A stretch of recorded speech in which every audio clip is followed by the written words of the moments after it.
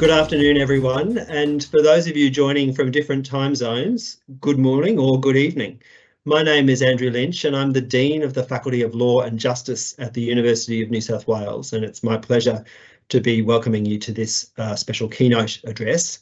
I want to do so by acknowledging the traditional owners of the land on which the UNSW faculty works. Those are the lands of the Bidjigal people of the Eora Nation, and I pay my respects to their elders past and present. Thank you for joining this special keynote address with John Denton. It's a privilege for the China International Business Economic Law Centre, or CIBEL, and our faculty to have John to speak on such a timely and important issue for the global community. The title of John's keynote is Global Cooperation, but not as we know it. The business case for reforming multilateral governance, in which John will share his insights on a range of global challenges facing policymakers, business and other stakeholders, and give advice on why collective action is required and how cooperation may be facilitated.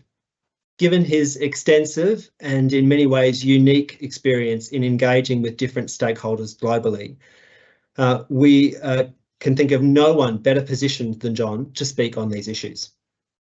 John certainly doesn't need a detailed introduction. In his current role as the Secretary General of the International Chamber of Commerce, or ICC, he plays a leadership role in engaging with governments, business and other international organisations on global economic governance matters, particularly those relating to trade and investment. Among many of his leadership roles, John represents the ICC at the WTO Business Advisory Board Group, as well as the global private sector on the newly formed Steering Committee of the UN Global Crisis Response Group on Food, Energy and Finance. John is a founding member of Business 20, B20, and co-founder of the Australia-China CEO Roundtable. As a former diplomat, John co-led the Australian government's 2012 white paper on Australia in the Asian century and previously chaired the APEC Finance and Economics Working Group. Prior to joining ICC, John served for 2 decades as partner and CEO of Cause Chambers Westgar, one of Australia's leading law firms. Without further ado, please join me in welcoming John Denton to deliver his keynote address. Thank you so much, Andrew. And I would be remiss of me not to point out that one of the reasons that I gladly accepted this invitation to speak is that one of the alum of Cause, Weihan Zhu, plays a pivotal role at CIBEL. And he cornered me in Singapore and discussed the opportunity of me speaking at this very important conference. So thank you very much. And it's great to be with you. I have a high regard for the University of New South Wales, but I also have a high regard for the kind of networks that CIBEL represents. And I look at the attendee list and I look at the truly global nature of that attendee list, and it gives me heart, it gives me hope, of course, that functioning global networks continue to exist, frankly, where people sense a need for them to exist. And I think that's something we might come back to in Q&A as well. So you can imagine I'm very honoured to join you in this session. I know that it's been hard work for the last couple of days. From a very personal perspective, it's actually also incredibly timely. I spent last week in the United States, first in San Francisco, where I participated in the APEC Leaders Summit and engaged in specifically on some critical issues to do with global trade, but also the functioning of the APEC region. One area that perhaps we'll talk about in a bit more detail in Q&A was discussions I had with the Deputy National US Security Advisor and Assistant Secretaries of State on artificial intelligence and the need for governance. Maybe we can talk about what that looks like as well. So I spent the first part of that week in San Francisco, and then in the second part of the week at the end, I was in New York for meetings with the UN Secretary General Guterres and his team, specifically on some practical observations, but also interventions we believe need to be made in the context of the current appalling crisis in the Middle East.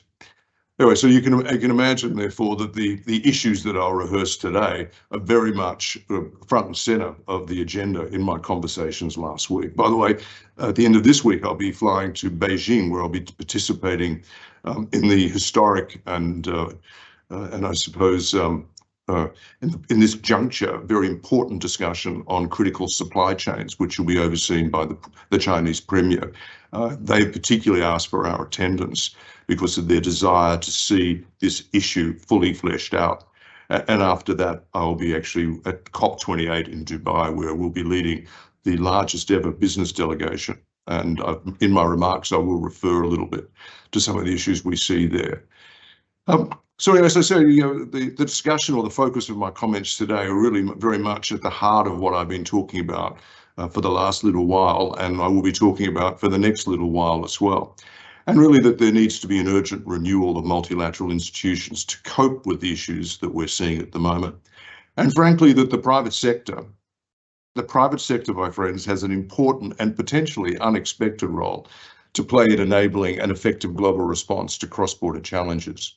Look, as those of you that know me will attest, I am someone who is instinctively international in outlook. Some may describe that as an ideological position these days, but for me, it's much more about pragmatism than anything else. The profound challenges we face today can only be met together as an international community. Think about the challenges: climate, food security, which I'm intensely involved with at the moment, and there's some exacerbating numbers out this morning on the challenges to food pricing in developing and emerging economies, cross-border people movement, migration itself, and actually financial regulation.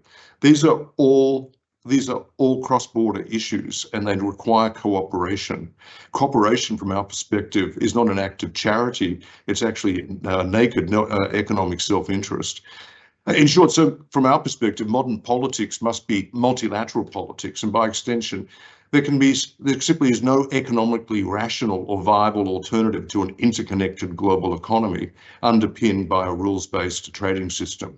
That, my friends, by the way, is the DNA of the ICC. And I can talk a little bit more about our history, if you like, in Q&A. But there's no doubt that recent years have in many ways been a relatively dark period for multilateralism. To understand the challenge we face, I think it's useful to take a step back and just consider the key trends we've seen steadily emerge over the last 15 years. Think about it, the global financial crisis, and actually think about the consequence of that. For many of us, the world has moved on from the global financial crisis, but the traces of that should actually be better understood as a shallow economic recovery in many regions. And that's also coincided with a growing debate, particularly in advanced economies, about the value of multilateralism. And that flows very much from what is seen as the unequal benefits of globalization. When I first took over at ICC, I ran a campaign on a global basis about stop the global rise in inequality. That was 5 years ago. And I was shouted down in Berlin by German business saying that's not the role of business to be worried about that. That's actually an NGO issue. Now I make the same speech in Berlin. They're saying, thank God you're engaged on this issue, because the issue of the unequal benefits of globalization is now recognized as giving rise to the context in which anti policies which are opposed actually to effective global cooperation in economic affairs take place. There's actually stopping a lot of the constructive movement that we want to see on action on climate. Again, I'll dig into that a little as we go on. So this increasing skepticism towards multilateral cooperation has contributed to a steady escalation of protectionist interventions across a broad spectrum of policy areas. And I think you're at CIBEL, so more recently US-China tensions and the COVID-19 pandemic have brought further stress points to multilateral governments. And the multilateral trading system in particular. Indeed, there are new trade barriers introduced on an annual basis. Let's not forget about that. They've actually nearly tripled since 2019. There's now that's actually more than 3,000 with a number that was announced in the last 10 days. So we now actually have geopolitical and economic frictions starting to render cooperation on transboundary issues from cybersecurity to climate change and frankly to artificial intelligence more difficult.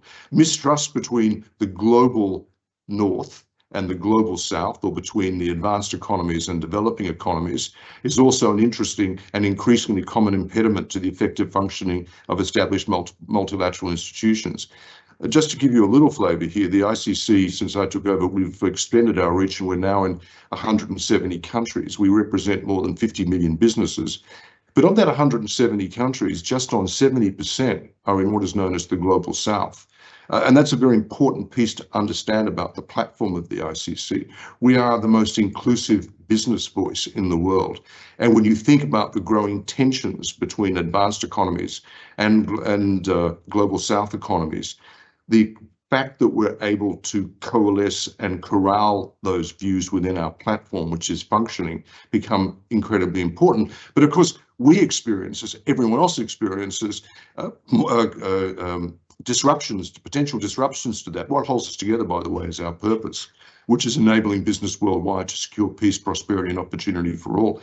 And there is a unified view on that. But, you know, through that, we've actually also had to accommodate and work through the Russian invasion of Ukraine, which has completely compounded the way in which already difficult problems have become even more challenging. And it's challenging our ability to adapt and respond to global challenges themselves. Because there is no one view on that the illegal invasion of Ukraine by Russia. There is very different views in the global South, and you can particularize them. There is a very different view in West Africa. There is a very different view in Latin American countries. There is not global solidarity on this issue. And in fact, if you think about the last General Assembly of the UN, and I'm sure many of you don't look at the taglines, but I did because I had to give a speech at the General Assembly on it. It was actually about rebuilding trust and reigniting global solidarity. And boy, do we need it at the moment, because these global challenges are really shaking the issue, the idea of global solidarity. And at the heart of that is a breakdown of trust. It has definitely damaged the international order and the global economy in ways that will have lasting repercussions. And this situation risks being further compounded by the escalation of hostilities in the Middle East. So in short, it's increasingly clear that the steady accumulation of these friction points has placed the world at a growing risk of fragmentation, both politically and economically.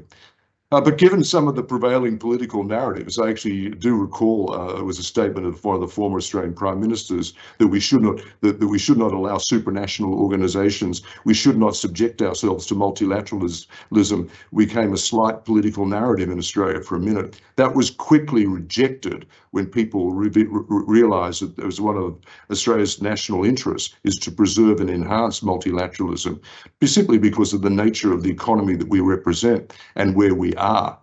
So the question that some would have asked, if you believe that narrative about the inability of multilateralism or the wastefulness of multilateralism, why does it even matter that we try to do something about it? Well, from a strictly rational perspective, the downside risks from a business standpoint of actually declining multilateralism are totally clear.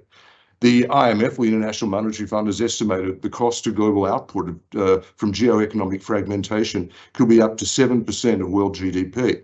And if you take a general number, the world GDP, just to give you a number, is about 100 trillion. That's 7 trillion cut off. With the addition of technological decoupling, modelling suggests that lost output could reach 12% in some countries. So some countries will have a situation even further exacerbated with technological decoupling. The World Bank, and I'm also proud to say that the former chair of the ICC, Ajay Banga, is now its president, has also warned that weaknesses in global cooperation risk giving rise to higher macroeconomic and financial volatility, while simultaneously constraining the international community's ability to support crisis countries. Indeed, deficiencies in the existing international architecture to assist economies facing projected debt and liquidity problems have already placed a major drag on trade and social development in around 30 emerging economies since the pandemic. Some of those economies, my friends, are in the Asia-Pacific, Indo-Pacific region. And so when we think about Australia's national interest in ensuring the economic development and the alignment of that region, we need to be worried about the sorts of issues that worry those economies. And that's just one part of the problem. To give you another recent analysis from the United Nations, we've actually just seen a discussion I had with the Secretary General on Friday, that the world is way off track to achieving global climate goals. And we've already seen the announcement that projected temperature rises by 2050 based on current emissions trajectories are expected to place over 8% of GDP at risk. So, taken together, the economic risks of fragmentation are of a truly massive magnitude. And as the IMF has admitted, when you think about interlinkages, and this is something that we look at a lot, the actual scale of challenge could be even larger than that which we currently appreciate. I provide you with that data, those numbers. that thinking, because when I said in my introduction to this part of my presentation that this is not an act of charity, international cooperation, it's actually an act of economic self-interest, that actually the proof is there. The rules of comparative advantage that underpin global economic affairs should not be taken as irrelevant as we move forward. But I don't want to risk coming across as Chicken Little here. Such a scenario is by no means inevitable, and that's the point. The narrative of increasing fragmentation, the narrative that deglobalization is a fait accompli, is actually not one that cannot be challenged, and that's something we do. In fact, we talk about reglobalization. And actually, the World Trade Organization has made a very compelling case that we are not yet at the point of peak full-scale deglobalization. The value of world merchandise trades actually rose 12% to 25 trillion in 2022, though partly because of inflation linked to rising commodity prices coming out of the Ukraine war. The value of world commercial services trade was actually 6.8 trillion in 2022, up 15%, my friends, from a year earlier. And in another positive trend, developing economies increased their share of digital services exports by 3 points in 2022. And the trade in environmental goods has quadrupled since 2000, actually outpacing the growth of total goods over the same period. Though I think it's really important to look at that research as we have and look at some of the nuances there, because patterns of trade are starting to subtly shift in line with geopolitical cleavages, albeit at the rate of only a few percentage points since February 22. And there's a reason for that. I think there's actually a reason for the resilience of global trade in the face of geoeconomic tensions I spoke of earlier. There's a level of stickiness here. The first, of course, is that, as I said, the rules of the economic iron law of comparative advantage is actually an iron law for a good reason. There's a good reason why people look for the most efficient place in which to produce goods and services. The second, of course, is that factories, machinery, and human capital do not spring out of the ground overnight. Memo to a number of politicians, nor can they each be built without considerable upfront costs. Setting aside the most basic of manufacturing operations, the proponents of reshoring seem to have grossly outdated understandings of how value chains actually work and the capex and skills needed for production in some areas. You just can't wish this away. And ask yourself this: how can those multinational corporations, those value chain leaders who've devolved responsibilities for product innovation and R&D down to suppliers with whom they have long-term relationships, suddenly, as a matter of a whim almost, transfer those responsibilities closer to home? We have seen, even with financial incentives, that has not occurred. And the most classic example, I know there are a number of people online, I saw a list from Japan, when the Japanese government offered significant incentives to reallocate supply chains from China back to Japan, how little of that money was taken up because of the stickiness of this. So I say this not at all to discount the notion that globalization is at an important crossroads, though in every speech you probably hear we're always at important crossroads, but rather to make the point that it's often more resilient or more sticky than commentators sometimes rush to suggest. The facts sometimes just get in the way of the preferred narrative. By the same token, it'd be totally folly to discount the continued importance of our global institutions, whose value it is too often very easy to dismiss. It doesn't mean that they're perfect. In fact, one of the challenges I always see when I walk into an institution which has been created to support the global political economy is how often inertia is the overriding feeling that one gets in those institutions. But they exist.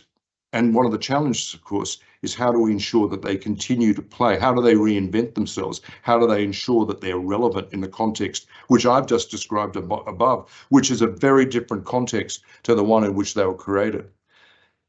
And that's really my point. My point is really that we should be aware of the acute risks of an erosion of the global order. I've outlined, I think, effectively the economic risks to that. And obviously there are political risks to that, and there are geopolitical and geoeconomic risks that flow from all of that. But we should also be conscious that there's a creep that's going on here, this steady accumulation of frictions in the multilateral system, which we've seen over the past 15 years. And that's why I thought it useful to just give you a snapshot of what it actually looks like, rather than looking, as people often do, at the little bits and pieces that they're responsible for. It's better sometimes to step back and look at the whole.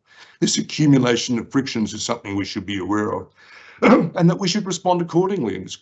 And so in this context, I believe it's imperative that business leads from the front in making the case for international trade, multilateral trade, and moreover, strengthen multilateral cooperation. Of course, I realise that geopolitical tensions between China and the West have put the Asia-Pacific region and Australia in particular, which cannot simply decouple from either side, in an unenviable position. I mean, that is the discussion at a constant basis in the APEC region, as you know. But the good news is that we're well positioned, that is business, in some respects at least, to lead the debate. The only significant tracker of the erosion and the strength and the nature of trust is called the Edelman Trust Barometer. In 2023, that survey showed that more than half of those surveyed on a global basis believe that their countries are more divided than in the past. But they also see in that survey that business is the only institution that is competent and ethical and trustworthy. So to the business leaders and the business participants on this call, think about that. Business is the only institution that is competent, ethical, and trustworthy, which tells you a little bit about the lack of ethics, the lack of competence, and the lack of trustworthiness, which is seen in most of the other elements that make up the governance of democratic and other economic societies. So in the face of these geopolitical and economic tensions, there's a clear role, but also an obligation, I think, on business to speak up and speak out as one. My view is that we ultimately need to be more activist in making the case that the multilateral system must adapt to a changed and rapidly changing world. The economic reasons are manifest from my perspective, but that also flows onto the social economic issues and the political economy issues as well. This includes maintaining the international trading system. And given current geopolitical realities, progress through multilateral consensus will not always be possible. And we saw that with the debacle over trying to create a unified communique at the most recent APEC meeting, where all that could be delivered was a statement from the chair because of continuing tensions over the way in which Ukraine should be described in a communique which is about the Asia-Pacific economic region. So it tells you that multilateral consensus is actually going to be very difficult to achieve at a political level. So trust may have to be rebuilt gradually through differential engagements. So with the Paris Climate Agreement and the World Trade Organization's trade facilitation agreements are very good recent examples of innovative bottom-up international arrangements. These are effective and functioning and consensus developed agreements on a global basis. Yes, there are challenges to the Paris Climate Agreement, but we should not forget that even though people dismiss the WTO's ability to forge global agreements, one of the most important global agreements forged in recent times was the WTO Trade Facilitation Agreement, which frankly opened up the potential for billions and billions of opportunity for developing and emerging economies through multilateral processes. So when multilateral efforts still stall, open and non-discriminatory plurilateral initiatives, which are being explored at the moment in the Geneva setting for the WTO, but actually is quite commonplace in APEC. As you would have heard in my introduction, I used to chair finance and economics there. We used to use a tool called Pathfinder, where nations and economies would gather together to actually progress an initiative on a voluntary basis. And we were able to make huge progress because others would join if they saw it was in their interest. And frankly, that competitive tension actually worked quite well. Similarly, that's what plurilateralism is actually about. And that's what's being deployed at the moment, where groups of countries with generally aligned interests and ambitions can actually gather together and are forging a practical way forward. And that's what's happening on e-commerce talks, for example, at the WTO. Obviously, safeguards may be needed to mitigate global spillovers, such as safe corridors for food and medicines, which is something we worked on for Ukraine. And addressing these challenges are going to require a coordinated effort from all international organizations, but these are reforms that we must be ready and prepared to champion from the real economy. But then there's a broader challenge. How do we make multilateral institutions more effective in response to the major threats and risks that the world faces today? And to be clear, these challenges are fundamentally different from those that the world faced at the founding of the UN in 1945. And by the way, the ICC was a critical part of the creation of that. We were actually created at the same time of the League of Nations in 1918. We have survived because of our willingness and ability to adapt, and because, frankly, of the compelling nature of our purpose on enabling business. But the world has changed since 45 in two fundamental ways. The first, the most significant challenges that arise in today's world are cross-border or global in nature, and none of them can be addressed by any one country alone. Even the world's largest economies, such as the US or China, they do not have the means to fight cross-border risks in isolation. They can block action on it, but they can't do it alone. They can't achieve an outcome alone. This, of course, does not make for easy domestic politics anywhere. But the trajectory of the coronavirus pandemic, sorry, it's still very early in Paris, is perhaps the ultimate example of how pursuing disjointed domestic politics and policies is futile in the face of a threat by its very nature, which knows no borders. The virus knew no borders. The second is that the pace of change in this world has increased dramatically. From technological developments to the speed at which the novel virus itself could spread across borders, it's clear that policymakers and regulators need better ways to map and assess potential threats and respond appropriately. So how do we make international institutions fit for purpose? The most basic of answer is that the governments need to take multilateral cooperation and the fora and the institutions that enable it more seriously. You heard my comments before. It's in the national interests of Australia to have an effective multilateral system. More of our resources should be devoted to ensuring that we actually come up with innovation and new ways of ensuring effective multilateralism in the 21st century. After all, if the primary purpose of a government is to protect its respective citizens, effective cross-border governance should be a greater focus of their attention, given the nature of the major risks we face today. By the same logic, government should ensure that international organisations are appropriately and properly resourced, that the appropriate capability is available, that the governance models that support them work, and that their mandates are actually relevant to the context in which we operate.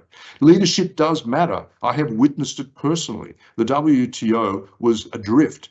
The leadership of Ngozi has transformed the opportunities for the WTO. Leadership matters. She understands the need to change the nature of that organization. I've also seen leadership matter at an organization like UNCTAD, the United Nations Conference on Trade and Development, where Rebecca Grinspan, an extraordinary, talented leader, has actually transformed that institution. These institutions are capable of being transformed, but a common feature of both those leaders is their willingness to engage with and embrace the private sector in thinking about how those organizations can achieve their mandate.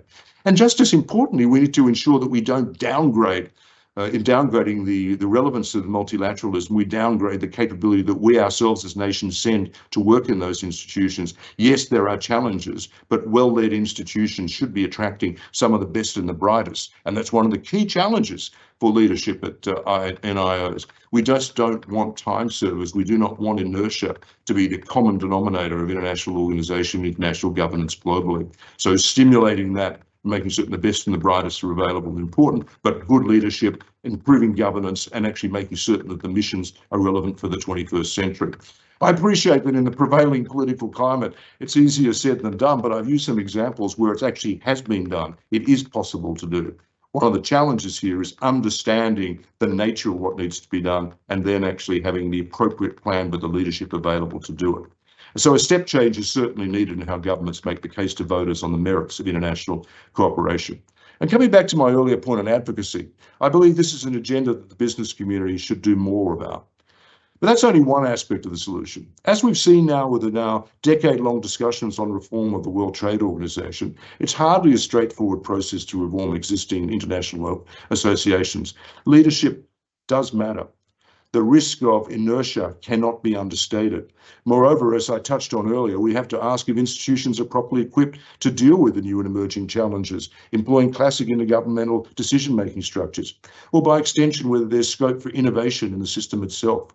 Here, I believe that new modes and models of cooperation have potential to yield immediate dividends in tackling transboundary risks to global peace and prosperity.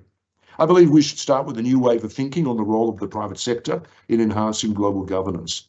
This idea is born out of my experience over the past 5 years heading up this extraordinary institution, the ICC.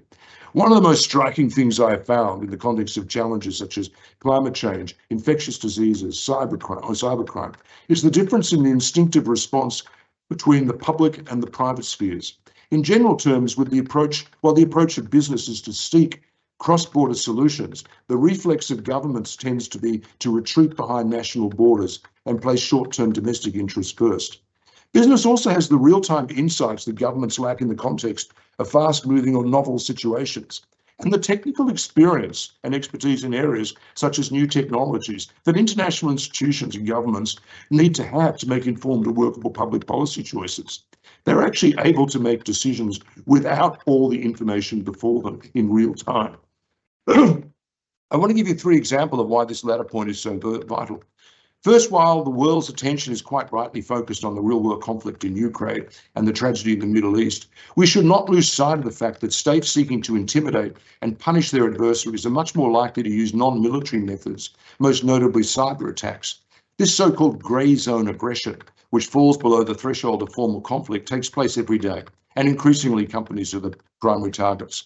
Indeed, in a survey published at the start of 2022, 3/4 of companies expressed concern about state-sponsored cyber attacks, while over half were worried about government-led retaliation against business in international diplomatic disputes. This, of course, brings a whole range of dilemmas for business leaders who find themselves exposed to geopolitical risk unlike anything they've experienced before. But if governments really want to prevent their companies and moreover their critical infrastructure being crippled by state-sponsored cyber attacks, they must set up regular consultations, regular engagement, public-private partnership about prospective threats with the private sector.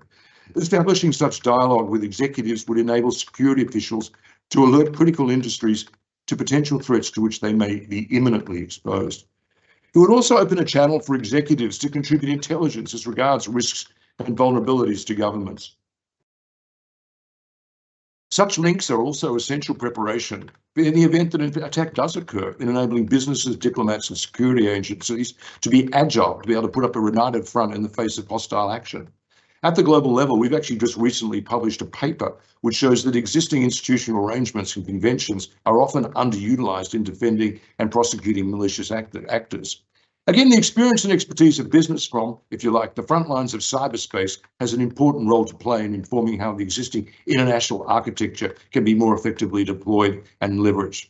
Dialogues between governments and industry won't eliminate grey zone attacks, but they will remove a lot of their sting. In an area in which geopolitics is challenging the very principles of globalization, this is no mean feat. Second, let's look at the international response to COVID-19. Faced with a rapidly evolving health emergency, the immediate reaction of international agencies, humanitarian organisations, was to reach out to me to ask the private sector for charitable donations. As I said, at one level, I fully understood that, but it's because we've given the lamentable underfunding of humanitarian sector globally. However, the point I make is this should not obscure a fundamental truth here. Reducing the role of the private sector to that of a piggy bank in these situations is ultimately to severely understate the role it can play in assisting the global response to crisis situations. To illustrate, in the context of COVID-19, many promising offers from business to put their distribution networks at the service of agencies distributing PPE and latterly proven vaccines were actually declined. While companies who wanted to be able to share best practices around containing the virus, such as workplace configurations, enhanced ventilation systems, were often unable to find willing interlocutors. Moreover, we saw institutions such as the IMF and regional development banks calibrating their response to the economic impact of the pandemic based on data which was lagging by 6 to 8 months or on theoretical models, while many chambers of commerce and local business networks that we curate had access to real-time information on the actual strains being felt in the real economy. There was the potential for real-time response to real-time needs actually occurred. These examples clearly point to missed opportunities to engage the private sector in response to the various dimensions of the pandemic, and in ways which would improve quite clearly and would have offered opportunities to improve the necessary global effort to protect lives and livelihoods. By logical extension, in a world in which humanitarian crisis are increasingly in their scale and frequency occurring, and where core government funding for the agencies responsible, but the response to them is flat at best. There's a broader question about the role of business in providing what I call durable humanitarianism. By the way, we have recently created a private sector alliance on humanitarian response, which we presented to the Security Council to show a different way of doing this. And this is an idea, my friends, that deserves much greater thought, because these crises are not going to go away. Emergency fundraising on an ad hoc basis is not a sustainable way of actually enabling support in crisis situations.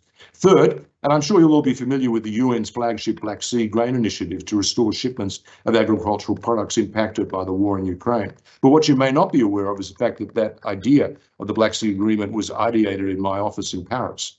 And we took that to the Secretary General of the UN because we were of the view that the only way in which we could actually get an outcome to actually lower the challenge we saw to food pricing and therefore to increase food security was through opening up transportation of grain from and other food products from the Ukraine through the Black Sea.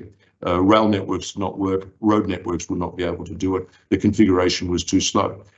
We were able, therefore, to play a pivotal role in ideating that agreement and bringing the real world expertise, frankly, of traders, banks, insurers into the formation of what actually happened there. So we're an integral part now of what's known as the Global Crisis Response Group. Sadly, the agreement, of course, has been reneged on, or suspended, as the Russians would say, on a continual basis. But during the period of time in which it operated, we were able to unblock flows of essential grains and fertilizers to some of the world's most vulnerable communities and personal reflections. That was an intervention of the private sector. And at last year's General Assembly, we had a meeting of the Global Crisis Response Group, which includes the German leader, the French president, the English prime minister, etc. And at that meeting, Guterres announced that I want to make certain everyone understands that the Black Sea Grain Agreement occurred because of the intervention and the ideation of the private sector through the International Chamber of Commerce. What we're showing there is that in multilateral arrangements, the ideas, the thinking, the innovation, and I suppose the approach that people say it can't be done, this is how it could be done, the problem-solving nature of the private sector can be very beneficial. So these examples, I hope, are illustrative not only the need, but the genuine potential of better engaging business in the design and implementation of solutions to these real-world global challenges. Of course, to do that systematically and effectively, we need to grapple with a number of issues. How do we build the necessary trust within multilateral organizations that business can actually play a constructive, not a selfish role in global governance and humanitarian efforts? And I can talk about the steps we've taken to ensure the ICC can play that role in Q&A. What systems or modes of engagement could be used to scale and structure the engagement of the private sector? And I can give some examples of what we're doing. What governance arrangements and checks and balances would be needed to properly institutionalize the role of business, not as an observer, but as a critical player in the problem solvings that are required to deliver responses to the global challenges we face? And what could be the role of business network like the ICC and others in enabling hybrid systems of governance? We're going to need that kind of thinking around AI. And I'm sure you'll understand that. So these areas have been largely undisturbed to date by contemporary research, but bearing in mind the need for rethinking and considerations of innovation required to ensure that we actually get the benefits of multilateral cooperation and avoid the economic and political consequences of a failure to deliver it, we need to spend more time on this.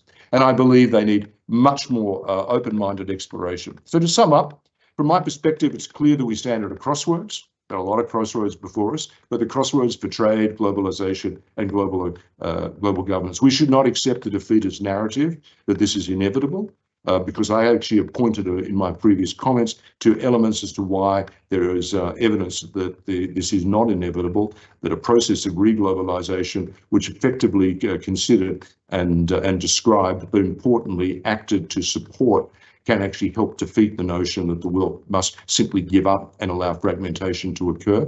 And not risk given, because we have to do this, because the risk of fragmentation to the global economy, and frankly, to communities, it's too great to avoid. I mean, this is a huge threat, fragmentation, to peace and prosperity. The ICC's purpose is to enable business worldwide to secure peace, prosperity, and opportunity for all. It's in our DNA. It's what we're obliged to do. It is what we do. We have a duty to make the case for renewal of the multilateral system. And in doing so, we should be ready to explore reforms that truly reflect the nature of today's economy and geo-economic environment.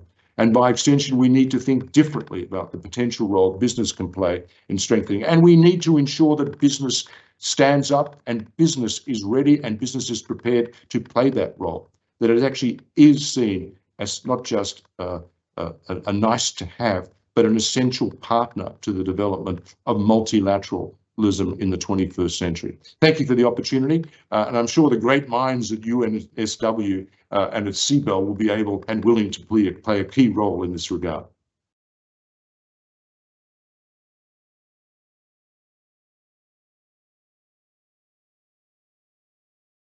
Thanks so much, John. That for someone who's joining us from a time zone where it's 7 a.m, that was an absolute tour de force and has given us a great deal to reflect on and think on. And I just invite all attendees to put any questions they have into the Q&A function, and also have a look at the questions that are there and give the virtual thumbs up so that I can get some sense from the audience as to which are the questions that are of burning interest and importance to you, because we've already got quite a few racked up.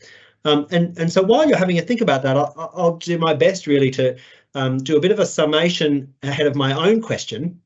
And I really enjoy, John, the way in which you spoke about the role of the ICC in promoting global solidarity, overcoming the dangers of economic fragmentation, and the importance really of correcting the unequal benefits of globalization and stemming the distrust that has arisen from that, so that we might actually come together and see action on those challenges, which, as you say, know no borders.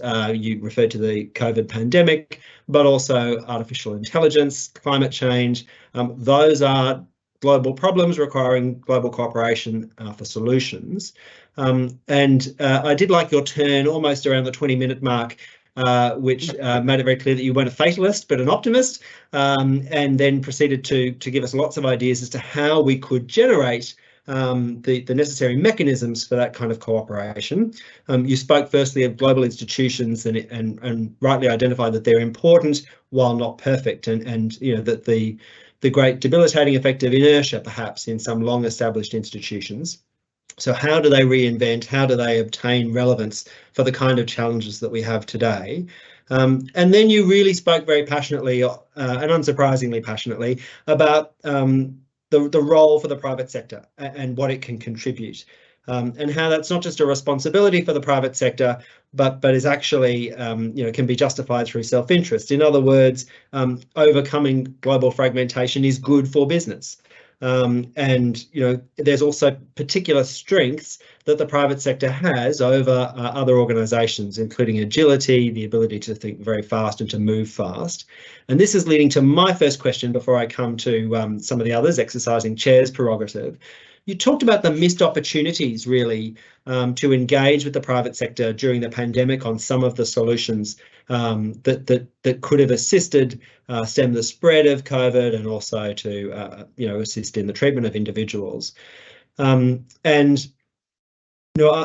think you talked about how that occurred to some degree through working with international organisations, but also national governments. But it came across as a challenge. It wasn't necessarily an easy or consistent partnership. You gave the good example of the Global Crisis Response Group and the work that it's been able to do.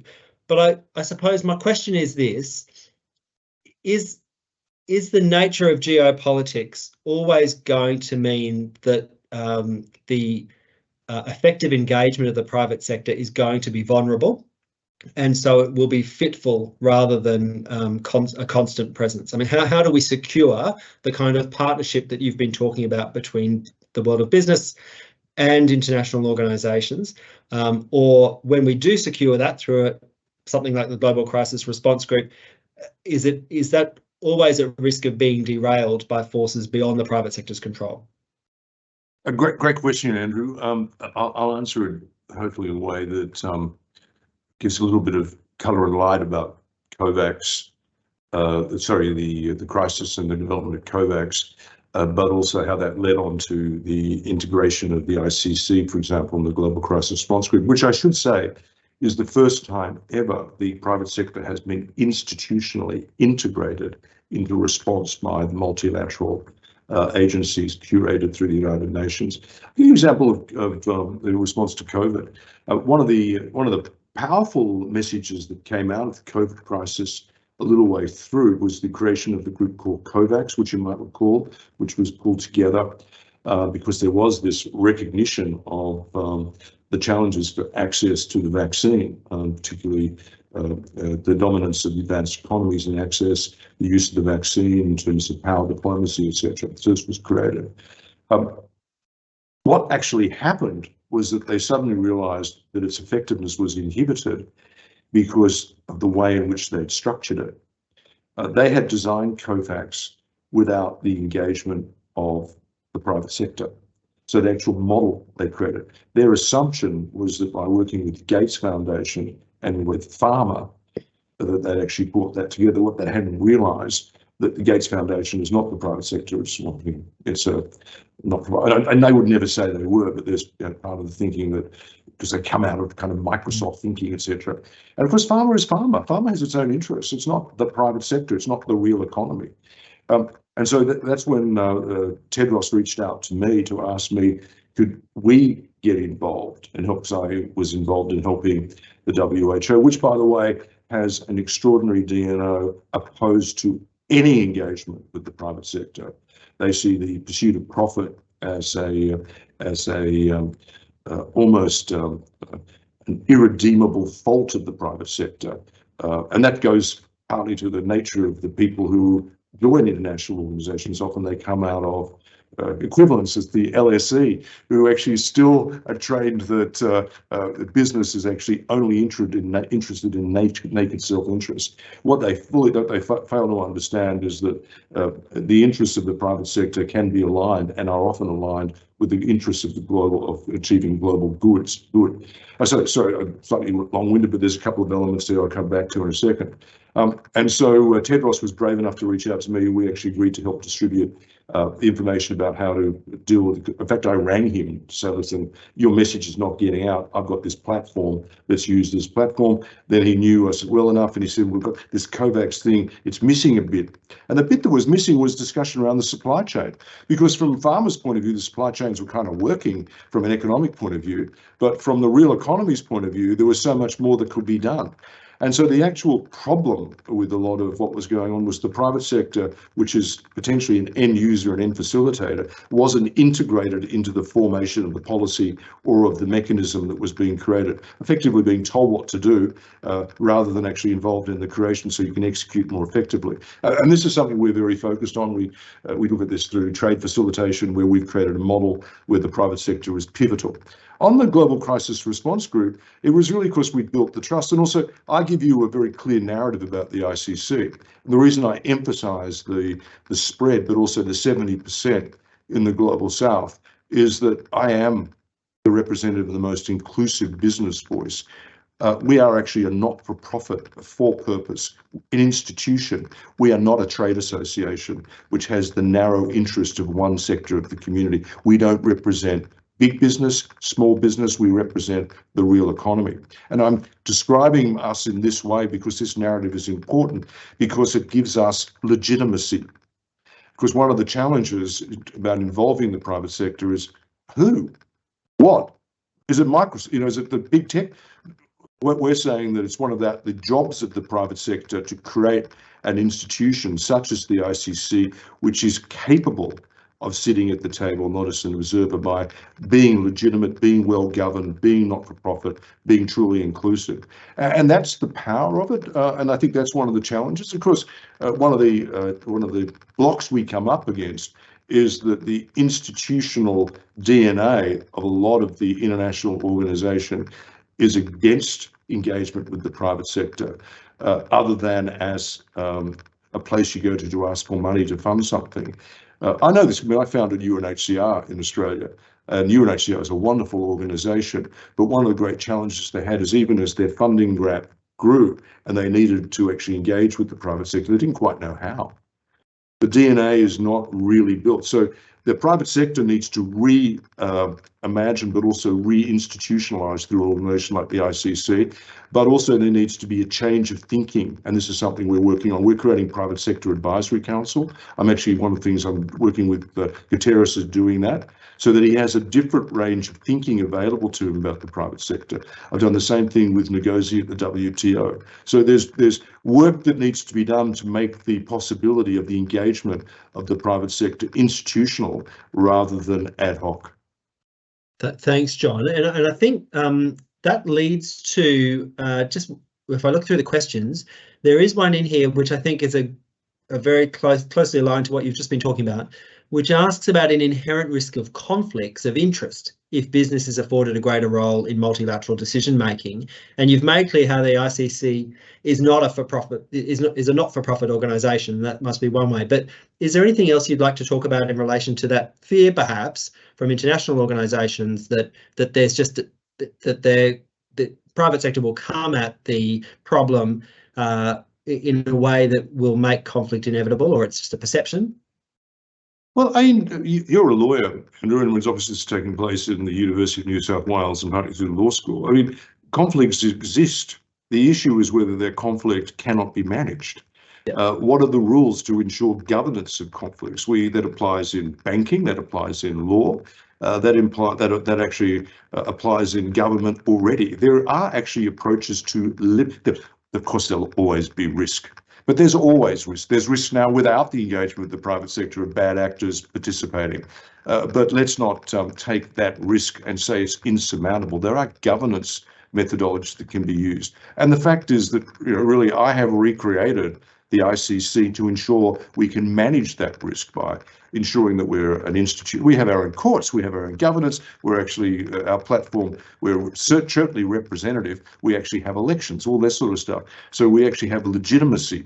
But I don't deny that there will need to be risk management approaches taken to ensure that the risk of engaging the private sector does not become a malice. But then, of course, the point is the benefit of actually going through that process worth it? And my argument is, yes, it is, when you think about the downside risk or the counterfactual of not ensuring an improved and effective multilateralism. The downside risks are too great. So we need to think about this government. We shouldn't simply say no because there's the potential for conflict risk. Institutions like the ICC have recreated themselves so that we can deal with that issue. I am advocating a case here. You've already picked it up. No, that's good. That's great. Thank you. I'll keep going because we've got quite a few questions, and I've just looked at the time. So quite a few of the earlier ones I do think you've actually addressed as you've continued to speak. So I'm going to some of the later ones, which are a bit more precise. Here's the first. Geopolitical tensions are actively at play in policymaking to the extent that the US and allies continue to see China as the risk, but start to shift to working with China. How do you think policymakers in Australia and other Western economies may strike a balance in the pursuit of working with China while managing risks associated with that cooperation? Do you think international organisations such as the WTO may play a role in managing those tensions and concerns? Well, I think it's a great question, as I think you said in my introduction.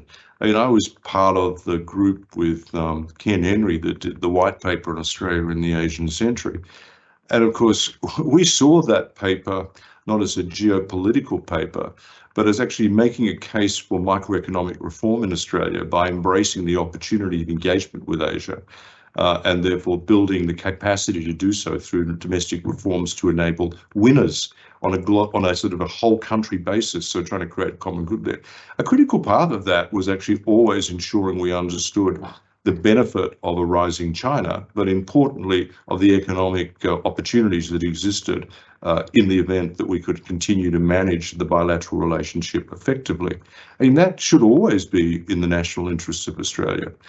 I don't think there's a hierarchy here of security than economic interests. I think security and economic are actually deeply aligned. They're on the same plateau, the same level. You cannot have an effective security response without a functioning economy. Heavens, I mean, that's the work I'm doing at the moment and the ICC in Ukraine. It's developing the economic front or maintaining the economic front. So I think that's a really important issue. The other one, and the specific reference made to the WTO is very relevant there. China's actually very interesting at the WTO, and actually, if you look at the literature, and I think Wei Hun has actually done work on this as well.